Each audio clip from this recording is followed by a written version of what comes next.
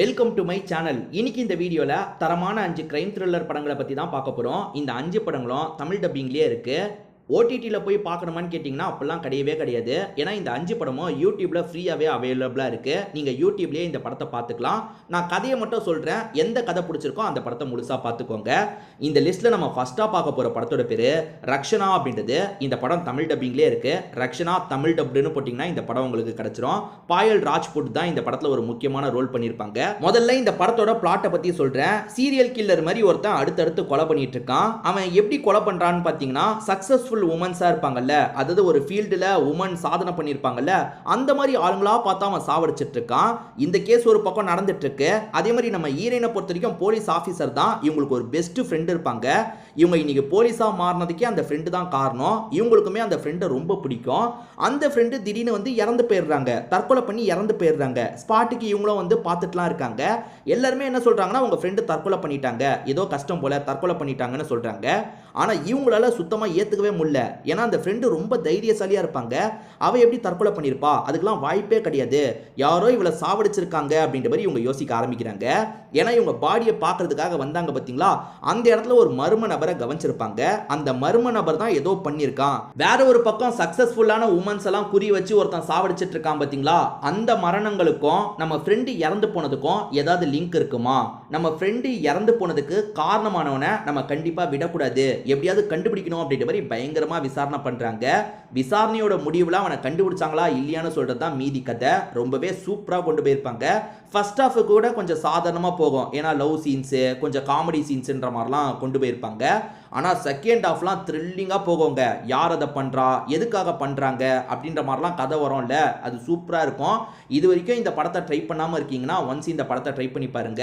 இந்த லிஸ்ட்டில் நம்ம செகண்டாக பார்க்க போகிற படத்தோட பேர் அஸ்வத்தமா அப்படின்றது. இதுவும் ஒரு தெலுங்கு படம் தான், பக்காவான கிரைம் த்ரில்லர் படம்னு சொல்லலாம். இந்த படத்தோட கதை ரொம்பவே சூப்பராக இருக்கும். இந்த படம் தமிழ் டப்பிங்லேயே இருக்கு. நீங்கள் சர்ச் பண்ணீங்கன்னா கண்டிப்பாக இந்த படம் உங்களுக்கு கிடைச்சிரும். டைட்டில் ஏதாவது ஒரு இடத்துல கிளியராக தெரியும், அந்த டைட்டிலை நீங்கள் போட்டு சர்ச் பண்ணி பாருங்க, இந்த படம் உங்களுக்கு கிடைச்சிரும். சரி, முதல்ல இந்த படத்தோட கதையை பற்றி நான் சொல்கிறேன். அது என்னன்னா, நம்ம ஹீரோவை பொறுத்த வரைக்கும் வெளியூரில் இருக்காரு. தங்கச்சிக்கு கல்யாணம் முடிவாயிருக்கு.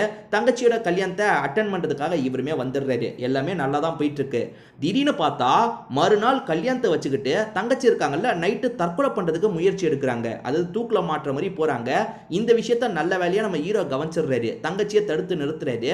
நீ எதுக்காகமா இந்த மாதிரி ஒரு முடிவு எடுத்த, உனக்கு ஏதாவது கஷ்டம்னா என்கிட்ட சொல்லல அப்படின்ற மாதிரிலாம் பேசுறாரு.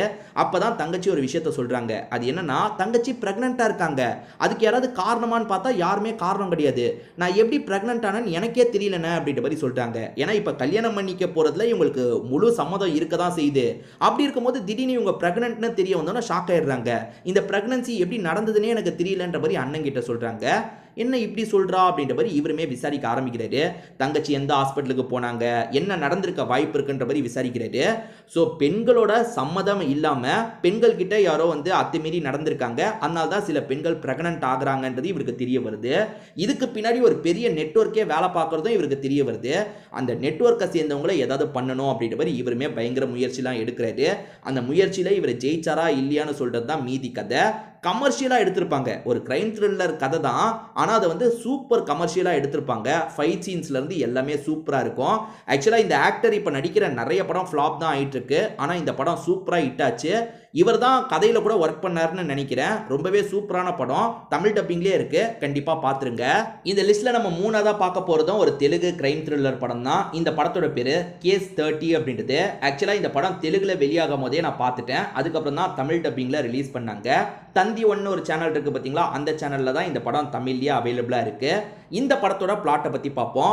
நம்ம ஹீரோ இருக்காரு பாத்தீங்களா, இது வரைக்கும் 29 கேஸை சால்வ் பண்ணியிருக்காரு. ரொம்ப திறமையான ஆஃபீஸரா இருப்பாரு. அவரோட 30வது கேஸ் தான் இதுவா இருக்கும். நம்ம ஹீரோக்கு ஒரு பாஸ்ட்ல ஏதோ ஒரு சிக்கல் இருக்கு போல. ரிலேஷன்ஷிப்ல ஒரு பொண்ணு கூட இருக்காரு.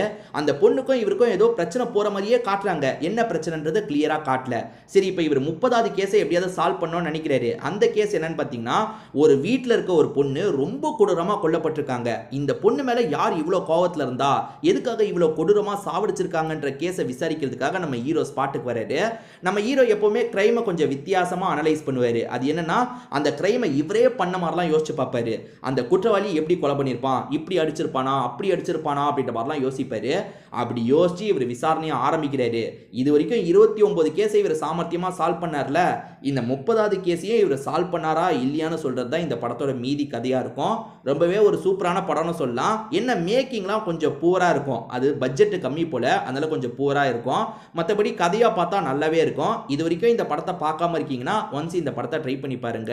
இந்த லிஸ்ட்ல நம்ம 4ஆவதா பார்க்க போற படத்தோட பேரு ஒக்க சின்ன விருமம் அப்படின்றது. இதுவும் ஒரு தெலுங்கு படம் தான், பக்கவான கிரைம் த்ரில்லர் படம்னு சொல்லலாம். ஆக்சுவலா இந்த படம் இடைவேளை அப்படின்ற பேர்ல தமிழ் டப்பிங்ல இருக்கு. இடைவேளைன்னு சர்ச் பண்ணீங்கன்னா இந்த படம் உங்களுக்கு கிடைச்சிரும். சரி, முதல்ல இந்த படத்தோட பிளாட்டை பத்தி பார்ப்போம். நம்ம ஹீரோவை பொறுத்த வரைக்கும் அவசரமா ஒரு பிசினஸ் மீட்டிங்காக போனோம் போல. இவரை பொறுத்த வரைக்கும் ஒய்ஃப் இருக்காங்கல்ல, இப்ப எப்பனாலும் டெலிவரி ஆகலான்ற நிலைமையில இருக்காங்க. இந்த நிலைமையில ஒய்ஃபை விட்டுட்டு போகணுமான்னு யோசிக்கிறாரு. ஒய்ஃபும் என் கூட இருங்கன்ற மாதிரிலாம் சொல்றாங்க. இல்லம்மா, இந்த மீட்டிங் ரொம்ப முக்கியம், நான் போய் தான் ஆகணுன்ற மாதிரி இவர் கிளம்புறாரு. இவர் கார்ல போகும்போது தான் இவரை யாரோ மிரட்டுறது தெரிய வருது. அது என்னன்னா, நீ மட்டும் இந்த விஷயத்த பண்ணலன்னு வச்சுக்கோயேன், வீட்டில் இருக்க உன் ஒய்ஃபோட கதையை முடிச்சிருவேன்ற மாதிரி யாரோ மிரட்டிட்டு இருக்காங்க. அதனால தான் இவர் அந்த ஜாபை முடிக்கிறதுக்காக வேகமாக போயிட்டு இருக்காரு. அப்படி போற வழியில ஒரு பையன் ஒரு பொண்ணு லிஃப்ட் கேட்டு இவரோட கார்ல ஏறிடுறாங்க. அவங்க வேற பயங்கரமா லேட் பண்ணிட்டு இருக்காங்க. நம்ம ஹீரோ யார்கிட்ட மாட்டிட்டு இருக்காருன்னு ஒரு கேள்வி இருக்கு. ஏன்னா ஹீரோ ஒரு வேலையை முடிக்கணும், அப்படி இல்லைன்னா பிரெக்னெண்டா இருக்க இவரோட ஒய்ஃபுக்கு ஆபத்து வர வாய்ப்பு இருக்கு. அதனால தான் ஹீரோ அந்த வேலையை முடிக்கிறதுக்காக போறாரு. அது என்ன வேலை, ஒய்ஃபை இவர் காப்பாத்தினாரா இல்லையான்னு சொல்றது தான் இந்த படத்தோட மீதி கதை. நீங்க எதிர்பார்க்காத நிறைய ட்விஸ்ட்டுகள் எல்லாம் கடைசியில வச்சிருப்பாங்க. உண்மையிலேயே சூப்பரா இருக்கும். படத்தோட லென்த் எல்லாம் ரொம்பவே சின்ன படங்க. இது 1.5 மணி நேரம் படம் தான், ஆனா ட்விஸ்ட் எல்லாம் சூப்பரா வச்சிருப்பாங்க. இது வரைக்கும் இந்த படத்தை பார்க்காம இருக்கீங்கன்னா ஒன்ஸ் இந்த படத்தை ட்ரை பண்ணி பாருங்க. இந்த லிஸ்ட்ல நம்ம கடைசியா பார்க்க போற படத்தோட பேரு 118 அப்படின்றது. கண்டிப்பா இந்த படத்தை நீங்க எல்லாருமே பார்த்திருப்பீங்கன்னு நினைக்கிறேன். ஏன்னா டிவில இந்த படத்தை அடிச்சு துவைச்சிருப்பாங்க.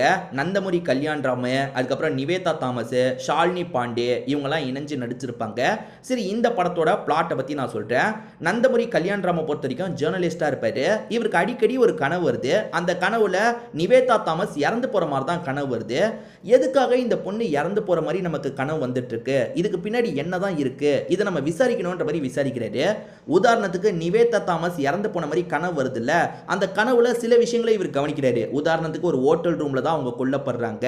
அந்த ஹோட்டல் ரூமை நம்ம கண்டுபிடிக்கணும்ன்ற மாதிரி விசாரிக்கிறாரு. இவருக்கு ஷாலினி பாண்டே லவ்வரா இருப்பாங்க. அவங்களுமே ஹெல்ப்லாம் பண்ண ஆரம்பிக்கிறாங்க.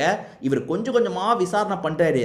இந்த கனவு இவருக்கு வரதுக்கு காரணம் என்ன, இந்த கனவுல நடந்த மாதிரி அந்த பொண்ணு இறந்து போயிட்டாங்களா இல்ல உயிரோட தான் இருக்காங்களான்ற மாதிரி விசாரணைலாம் பண்றாரு. ரொம்பவே சூப்பரா கொண்டு போயிருப்பாங்க. இந்த படம் நிறைய பேர் பார்த்திருக்க வாய்ப்பு இருக்கு. அதை மீறியும் நீங்க மிஸ் பண்ணிருக்கீங்கன்னா நிச்சயமா இந்த படத்தை ஒன்ஸ் பார்த்துருங்க. யூடியூப்ல இந்த படம் சர்ச் பண்ணா ஈஸியா கிடைச்சிரும். ஒரு சூப்பரான படம்னு சொல்லுவேன். பார்க்காதவங்க கண்டிப்பா பாருங்க. இந்த லிஸ்ட்ல நான் 5 படங்களை பத்தி சொல்லியிருக்கேன்ல, இந்த 5 படங்களும் நல்லா தான் இருக்கும். இந்த 5 படங்கள்ல ஏற்கனவே எந்தெந்த படங்களை நீங்க பார்த்திருக்கீங்க, அதுல எதெல்லாம் உங்களுக்கு ரொம்ப பிடிச்சது, எதெல்லாம் உங்களுக்கு சுத்தமா பிடிக்கலன்றதை கண்டிப்பா கமெண்ட்ல சொல்லுங்க. ஏன்னா இந்த வீடியோவை பார்க்குற மற்றவங்களுக்கு அது யூஸ்ஃபுல்லா இருக்க வாய்ப்பு இருக்கு. திரும்பி வேற ஒரு வீடியோல நம்ம பார்க்கலாம்.